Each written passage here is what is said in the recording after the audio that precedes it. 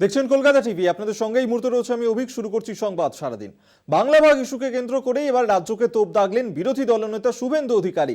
আমরা বাংলা ভাগ চাই না, কেন্দ্রশাসিত অঞ্চল চাই না, এমনটাই বলেছেন শুভেন্দু অধিকারী। তিনি বলেছেন যে রোহিঙ্গা অনুপ্রবেশকারীদের ঘাড় ধরে বের করতে হবে, উত্তরবঙ্গে বঞ্চনা মুছতে রাজ্য সরকারকে কাজ করতে হবে, এমনটাই বলেছেন শুভেন্দু অধিকারী। উত্তরকন্যায় কোনো সচিব বসেন না, উত্তরবঙ্গের মানুষ কলকাতায় আসবে না, তাদের পরিষেবা উত্তরবঙ্গেই দিতে হবে। আমরা এই নিয়ে কথা বলবো। দুর্গাদাস বন্দ্যোপাধ্যায় এই মুহূর্তে আমাদের সঙ্গে টেলিফোনে রয়েছেন, প্রতিনিধি। দুর্গা, শুভেন্দু অধিকারী তিনি বলছেন যে তারা বাংলা ভাগ চান না, কিন্তু উত্তরবঙ্গের উন্নয়ন হোক তা চান। আর কি বলেছেন শুভেন্দু অধিকারী?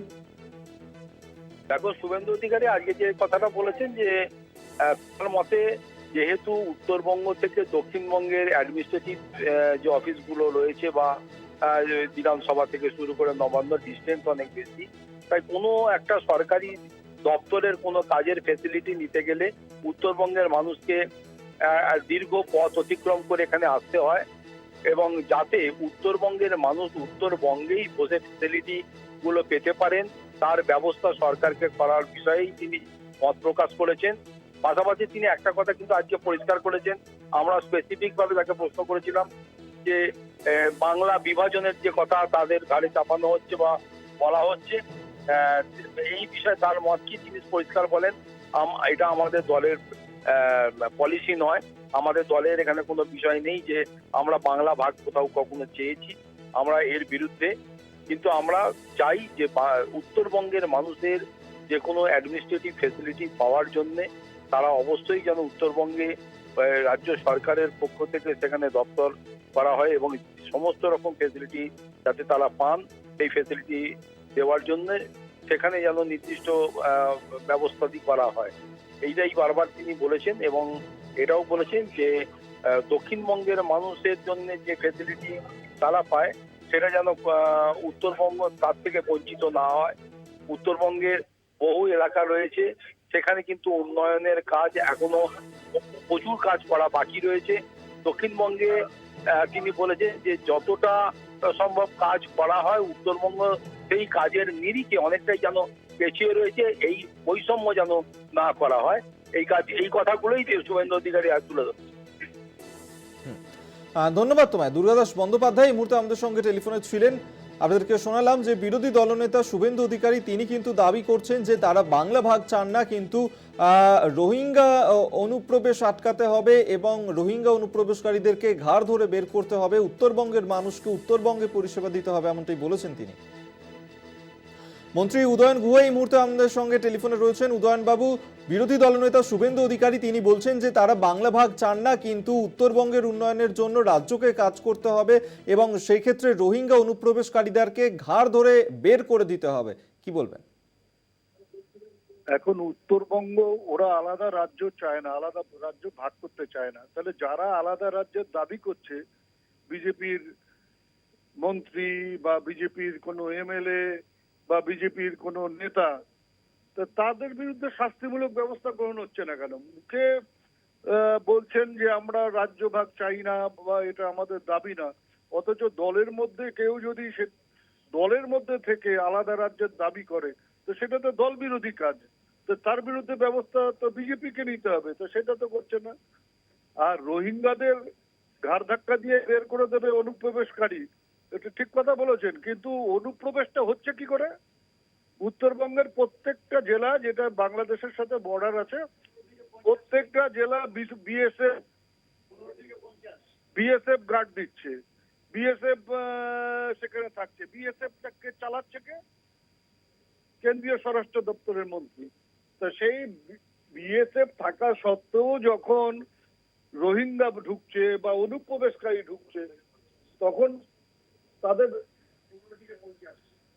তাদের ইয়ে কি হবে? তারা কেন ঢুকছে? আর বিএসএফ এর এখতিয়ার প্রথমে ছিল 8 কিলোমিটার, তারপরে হলো 15 কিলোমিটার, তারপরে এখন 50 কিলোমিটার করে দেওয়া হয়েছে। এত ক্ষমতা দেবার পরেও আর এত ক্ষমতা দেবার পরেও যখন আটকাতে পারছে না, অনুপ্রবেশ আটকাতে পারছে না, তখন তো বিএসএফ রাখার দরকার কি? একেবারে কাঁটাতারের বেড়া 0 পয়েন্টে দিয়ে দিলেই তো আর বিএসএফ রাখবার প্রয়োজন হয় না। বিএসএফ তো কাজ হচ্ছে এদেরকে আটকানো। তো সেটা যদি না পারে তাহলে তার জন্য দায় নিতে হবে বিএসএফ কে, এবং বিএসএফ এর যিনি মন্ত্রী আছেন তাদেরকে সে দায় নিতে হবে। কিন্তু রাজ্যের ক্ষেত্রেও তিনি শুভেন্দু অধিকারী বলছেন যে উত্তরবঙ্গকে বঞ্চনার ক্ষেত্রে রাজ্যের যে ভূমিকা সেক্ষেত্রে রাজ্যকেও সঠিকভাবে কাজ করতে হবে। রাজ্য সঠিকভাবে কাজ করছে বলেই তো আজকে দেখা যাচ্ছে যে উত্তরবঙ্গ এর 2011-র আগে কি ছিল আর 2011-র পরে আজ পর্যন্ত উত্তরবঙ্গের কি কি উন্নয়ন হয়েছে সেগুলো যদি একবার শুভেন্দুবাবু ভালো করে দেখেন তাহলে বুঝতে পারবেন। উনি তো কোনো পড়াশোনা করেন বলে মনে হয় না। চিৎকার করতে পারলেই বা মাইকের সামনে দাঁড়িয়ে দুটো কথা বলতে পারলেই ওরা মনে করেন যে বড় নেতা হয়ে গেছে। একবার ভালো করে দেখবেন যে শুধুমাত্র উত্তরবঙ্গ উন্নয়ন দপ্তরের মাধ্যমেই 9,500 কোটি টাকার কাজ হয়েছে এই কয় বছরে।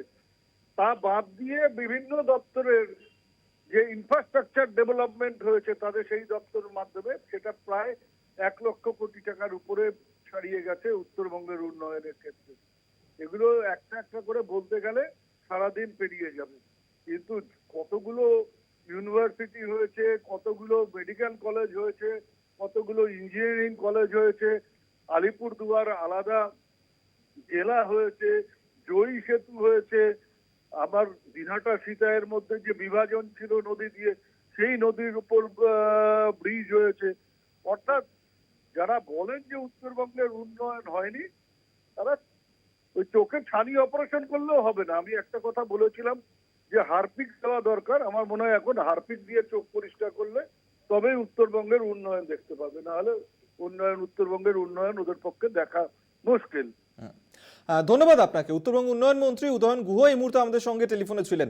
বিরোধী দলনেতা শুভেন্দু অধিকারী তিনি যে দাবি করছেন এবং তিনি যে অভিযোগ করছেন আপনাদেরকে শোনাবো।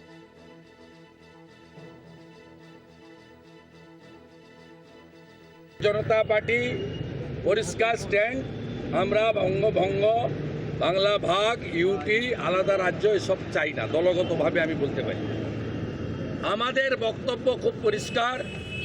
হিন্দু পলায়ন রুখতে অবিলম্বে অনুপ্রবেশকারীদেরকে চিহ্নিত করতে হবে। রোহিঙ্গা অনুপ্রবেশকারীদেরকে ঘাড় ধরে বের করতে হবে।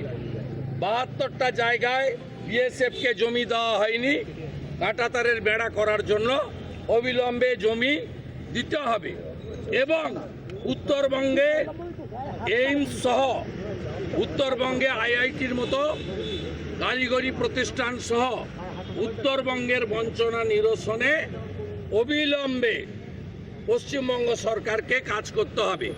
মুখ্যমন্ত্রী উত্তরবঙ্গে গাজলডোবা থেকে শুরু করে, রাজা ভাত খাওয়া থেকে শুরু করে, সেবক রোড থেকে শুরু করে, টাইগার হিল থেকে শুরু করে শিলিগুড়ির উত্তরকন্যা পর্যন্ত প্রাসাদগুলো বানিয়েছেন।